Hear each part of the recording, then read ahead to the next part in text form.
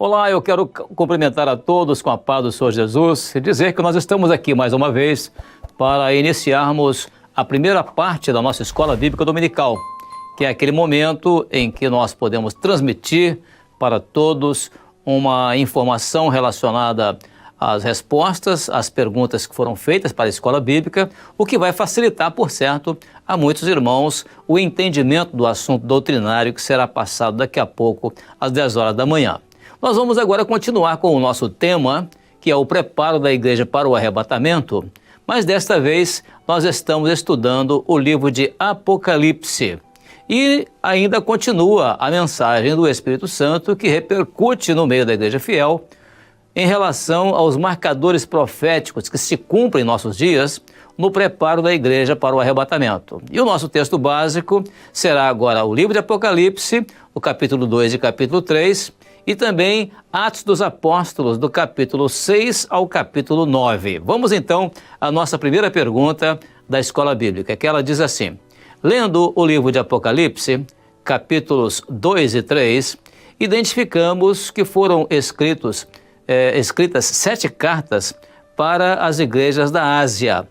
E a nossa tarefa é: cite os nomes das igrejas. E quem vai nos citar os nomes das igrejas vai ser o Antônio Dias, o pastor Antônio Dias, que é da nossa igreja lá em Domingos Martins, no estado do Espírito Santo, e ele vai dar essa resposta então agora. Pastor Antônio Dias, a paz do Senhor, meu companheiro.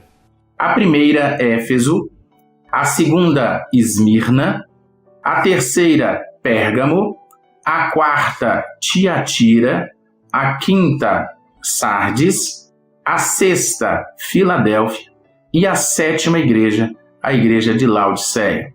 Essas cartas possuem um termo, uma expressão comum. Em todas elas nós iremos encontrar a expressão escrita na palavra: quem tem ouvidos ouça o que o Espírito diz às igrejas. Ao lermos as cartas escritas para estas igrejas, entendamos que o Espírito Santo também ele tem algo a falar conosco, porque este é o lema do ano. A todos, a paz do Senhor Jesus. Amém, Antônio Dias. Realmente, as 7 igrejas foram estas: Éfeso, Esmirna, Pérgamo, Tiatira, Sardes, Filadélfia e Laodiceia. E também a bênção de que essas igrejas receberam a mesma palavra, a mesma recomendação do Senhor Jesus que nós estamos recebendo este ano, em termos do lema nosso este ano, que é: aquele que tem ouvidos, ouça o que o Espírito diz às igrejas. Ou seja, devemos realmente entender que o Espírito Santo também tem algo para falar conosco nesta última hora. Obrigado então, Antônio Dias, pela sua participação respondendo à primeira pergunta. Muito bem, vamos à segunda pergunta, que ela diz assim: além dessas 7 igrejas, a Bíblia cita no livro de Atos dos Apóstolos outras igrejas que já existiam. Segundo Atos, agora presta atenção, capítulo 6 a 9, cite algumas das igrejas que já existiam naquela época. Isso conforme Atos, capítulo 6 e até o capítulo 9. Quem vai nos dar essa resposta, então, será a nossa irmã, a jovem Ana Paula. Ana Paula é do grupo de jovens da nossa igreja em Belém, no estado do Pará. Ana Paula, a paz do Senhor, irmã. A paz do Senhor Jesus, irmãos. Lendo Atos dos Apóstolos, do capítulo 6 a 9, vemos que além das 7 igrejas que haviam na Ásia, também haviam em Jerusalém, como está no capítulo 6, no verso 7, havia em Lida, Sarona e Jope, capítulo 9, no verso 35 a 36, haviam também na Judéia, Galileia e Samaria, do capítulo 9, no verso 31, também havia em Damasco, a rua chamada Direita, como está escrito no capítulo 9, no verso 11 e 19. Amém? A todos a paz do Senhor Jesus. Amém, Ana Paula, muito bem citado, porque realmente a nossa pergunta restringe, né, ela limita as igrejas existentes, além das 7 igrejas, mas somente aquelas citadas em Atos capítulo 6, 7, 8 e 9. Naturalmente, no restante do livro de Atos, são citadas também outras igrejas, né? Mas a pergunta foi muito bem respondida, porque ela ficou limitada exatamente àquilo que foi formulado na pergunta. As igrejas são citadas em Atos dos Apóstolos apenas até ao capítulo 9. Mas depois tivemos outras igrejas também, como algumas que vão ser citadas ainda nas próximas perguntas. Muito obrigado, Ana Paula, pela sua participação. Agora a nossa terceira pergunta, que diz assim, lendo Atos capítulo 11, verso 26, agora é capítulo 11, verso 26, qual a igreja na qual, pela primeira vez, os discípulos foram chamados de cristãos? Interessante, essa pergunta agora vai ser respondida pela Isabel Cristina. Isabel Cristina é do grupo de senhoras, a nossa irmã, né, Isabel Cristina, grupo de senhoras da nossa igreja em Betim, lá ali próximo a Belo Horizonte, no estado de Minas Gerais. Irmã Isabel, a paz do Senhor, irmã. A resposta é a igreja de Antioquia. Foi uma das igrejas que Paulo pregou. A palavra do Senhor nos diz assim: e sucedeu que todo um ano se reuniam naquela igreja e ensinavam a muitos. Em Antioquia, pela primeira vez, os discípulos foram chamados cristãos. A todos a paz do Senhor Jesus. Muito bem, irmã. Foi exatamente a igreja de Antioquia, né? Foi uma das igrejas, inclusive, que Paulo pregou ali, né? Conforme o texto citado aqui que a irmã fez a leitura. Vamos lembrar sempre que essa Antioquia aqui, existe uma outra citação também de igreja de Antioquia, mas é outra Antioquia. Essa aqui é a igreja Antioquia da Síria. E mais tarde, no capítulo 13 de Atos, né, é citada a Antioquia da Pisídia, que é outra região. Então, a Antioquia da Síria foi o lugar onde, pela primeira vez, a igreja, os cristãos, né, os discípulos, foram chamados de cristãos. Muito bem colocado, obrigado pela sua participação. Amém? Nossa terceira pergunta agora, vamos lá. Perdão, a quarta pergunta. Como era o mundo na época das 7 cartas escritas pelo apóstolo João? E outra pergunta é, quais os principais marcadores do cenário histórico do momento, ou seja, daquele momento? Quem vai nos dar essa resposta agora vai ser o irmão Erlon, o Erlon Emerson. Ele é obreiro da nossa igreja lá em Natal, no Rio Grande do Norte. Erlon, dá para nós essa resposta, porque não foi uma pergunta muito fácil de ser respondida, não. A paz do Senhor, companheiro. Podemos destacar que o mundo nesse período era governado pelo Império Romano, com todas as suas questões administrativas, né, e também culturais, né? A cultura romana se baseava na questão helenística, né, que era a cultura greco-romana. No entanto, os romanos eles tinham uma característica enquanto império, né, e dominação. Era uma sociedade escravista, né? E a moeda praticamente era o escravo, né, desse período, e outra característica era que ele preservava a cultura dos povos que ele dominava. Exemplo disso que o judaísmo, nesse período, poderia professar a sua religião normalmente. Então, meus irmãos, é essa a questão do período histórico, né, do período das 7 cartas.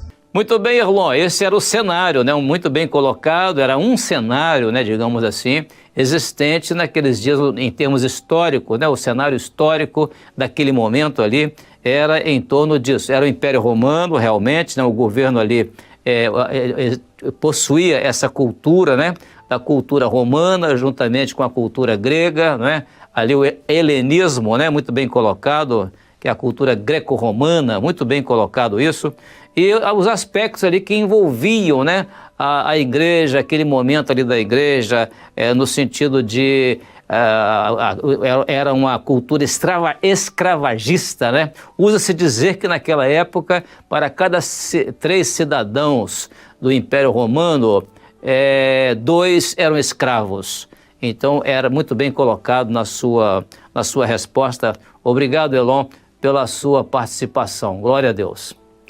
Amém, irmãos? A nossa quinta pergunta agora também é uma pergunta muito profunda, né? E nós vamos então levar agora essa quinta pergunta. Vamos ler. Qual o sentido profético da primeira carta, ou seja, a carta a Éfeso? O que o Senhor queria mostrar à igreja daquela época, ou seja, da época de Éfeso? Vamos então a essa resposta e quem vai nos responder é o Kelvin Machado. Ele é diácono da nossa igreja em Florianópolis, no estado do Santa Catarina. Vamos ouvir aí então a resposta do Kelvin. Aliás, Kelvin, né? Aí deve estar muito frio, né? Pelo seu agasalho que você está usando aí, Santa Catarina deve estar muito frio. Vamos lá então, a paz do Senhor, companheiro, muito bem-vindo. A paz do Senhor, irmãos. Estou aqui para responder pergunta do EBD, né? No caso vai ser a pergunta número 5, né? Sobre a primeira carta ali, né? Em Apocalipse. Então ali, nessa primeira carta, o Senhor ele tinha ali uma preocupação de estabelecer a doutrina, né? E é uma carta ali que ela tem uma relação com a parábola do semeador, né? Porque ela foi a primeira carta ali, né? Fala do semear, da palavra do Senhor. Então ali, né? O Senhor também queria falar ali do primeiro amor, né? Então ele tinha essa preocupação de permanecer esse primeiro amor na vida do servo, né? Amém. A paz do Senhor Jesus a todos. Muito bem, Kelvin. O que caracteriza realmente a igreja ali, aquela primeira igreja, foi exatamente a questão do estabelecimento da doutrina. É por isso Éfeso, agradável, aceitável, né? Uma igreja que o Senhor conhecia as obras dela, o trabalho dela, a paciência dela, né? E uma igreja que sofreu, teve paciência, trabalhou pelo nome de Jesus, né? Não se cansou. Então, realmente, trata-se de uma igreja que o Senhor Jesus queria revelar a ela a doutrina, estabelecer a doutrina e ali, inclusive, né, falar para ela a respeito do que é o primeiro amor, né? Ela não podia cair do primeiro amor. Realmente é um momento muito especial ali. O Senhor queria mostrar para aquela igreja que ela seria a igreja da doutrina estabelecida, quando os apóstolos ali lutando, naquela luta, vamos dizer assim, interna, para estabelecer a doutrina através de suas cartas, muito bem colocado na sua resposta, Kelvin. Foi exatamente isso que aconteceu ali. Obrigado pela sua participação. Amém, irmãos? Vamos para a nossa pergunta agora para as crianças intermediárias e adolescentes, que é a pergunta número 6. E ela diz assim, lendo Apocalipse, agora Apocalipse capítulo 1, verso 3, identifique as 3 coisas que fazem o servo ser bem-aventurado. A palavra bem-aventurado significa feliz, né? E nós vamos ter aqui 2 respostas a essa pergunta número 6.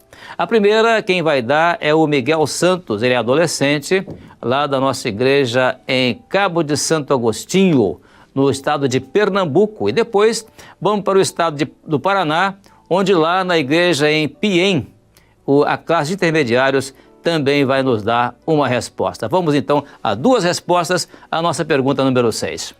A paz de Jesus, irmãos. Respondendo à 6ª pergunta da EBD desta semana. Bem-aventurado é quando nós lemos, ouvimos e guardamos as profecias que estão contidas nas palavras reveladas pelo Espírito Santo e as seguimos até o dia perfeito chegar, o dia do arrebatamento da igreja fiel. Apocalipse 1:3. Bem-aventurado é aquele que lê e os que ouvem as palavras dessa profecia e guardam as coisas que nela estão escritas, porque o tempo está próximo. A paz de Jesus, irmãos. A paz do Senhor Jesus! Lendo Apocalipse, capítulo 1, verso 3, identifique as 3 coisas que fazem o servo ser bem-aventurado. Bem-aventurado aquele que lê e que ouvem as palavras dessa profecia e guardam as coisas que nelas estão escritas, porque o tempo está próximo. As 3 coisas que fazem o servo feliz: ler, ouvir e guardar a palavra do Senhor. Tchau! Isso mesmo, crianças. São essas 3 coisas somente que são capazes de caracterizar exatamente a nossa condição, né, de servos bem-aventurados. É aquele que lê, aqueles que ouvem e aqueles que guardam a palavra, né? Muito bem colocado até na expressão dos irmãos, né? De cada um de vocês, as crianças, intermediários e adolescentes. Também lá o Miguel, né? Miguel, muito boa a sua colocação, né? Quando nós somos realmente bem-aventurados, exatamente quando lemos, quando ouvimos e quando guardamos a profecia, né, que está contida na palavra que é revelada pelo Espírito Santo. E não só isso, né, mas você acrescentou um detalhe muito interessante, seguindo até ao dia da igreja fiel ser arrebatada, permanecer nisto, né? Então, muito bem colocado. E interessante, quando fala guardar as palavras desta profecia, significa não é guardar a letra, mas guardar a palavra revelada, né? Muito bem colocado na sua resposta, viu, Miguel? Está de parabéns pela sua resposta. Deus abençoe, viu? Glória a Jesus.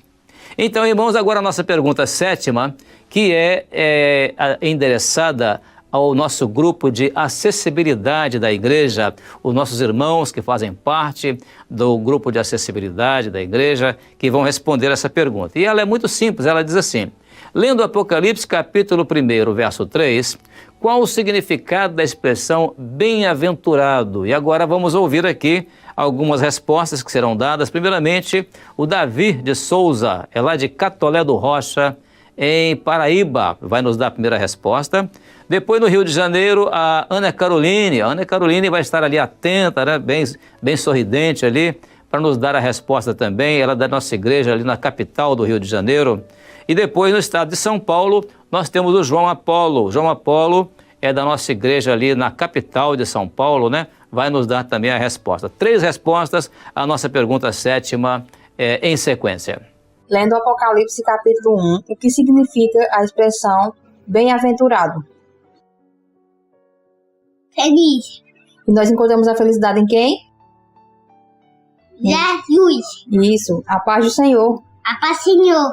A paz do Senhor, Ana Caroline. Vamos responder a questão de número 7. Lendo Apocalipse, capítulo 1, verso 3. Qual o significado da expressão bem-aventurado? Resposta: Feliz. A paz do Senhor. Paz do Senhor Jesus. Paz do Senhor Jesus. Amém. João, bem-aventurado é feliz. A paz do Senhor. Amém. João Apolo, a paz do Senhor. Olha, um beijo para você também, viu?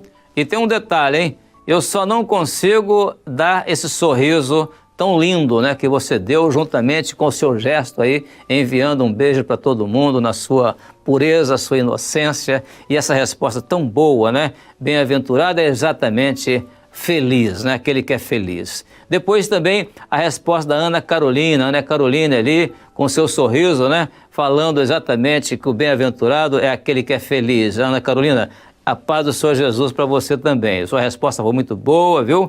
E o seu sorriso durante todo o período da pergunta mostra exatamente o seu desejo, o seu desenvolvimento em termos de entender a palavra do Senhor e dar uma resposta bem correta, né? Como essa que você deu. Também o Davi de Souza, lá de Catolé do Rocha. Davi, é exatamente isso aí, né? Bem-aventurado quer dizer exatamente feliz. E isso é quando nós encontramos isso na luz, né? Achei interessante essa colocação sua, na luz, porque a luz é Jesus, a luz é a revelação, né? A paz do Senhor, então, Davi, que Deus te abençoe. Glória a Jesus. Amém, irmãos? Assim nós chegamos ao final da nossa primeira apresentação da Escola Bíblica Dominical. Ao transmitirmos os vídeos, né, para os nossos irmãos, não vamos esquecer de fazer sempre uma recomendação dos irmãos terem cuidado com relação às gravações dos vídeos. Certifiquem-se com relação à questão de luminosidade. Alguns irmãos, às vezes, eles ficam atrás deles fica uma janela aberta, uma luz acesa, então o irmão não aparece no vídeo, então não podemos usar vídeo assim. Ou quando for filmar vídeo de criança, procura filmar com a câmera mais alta, né? porque às vezes as crianças não sentam de uma forma... Para eles é muito simples sentar de uma forma até irreverente, mas não tem problema, desde que seja a câmera do alto para poder focalizar todos e os microfones mais próximos para facilitar ali o que elas respondem. São recomendações que facilitam o trabalho das gravações dos vídeos. Agora, a última recomendação, não podemos deixar de fazer, é de você aguardar daqui a pouco, às 10 horas da manhã, a Escola Bíblica Dominical na transmissão do conteúdo doutrinário da Escola Bíblica e você vai receber uma grande bênção. Até lá, então, a paz do Senhor Jesus.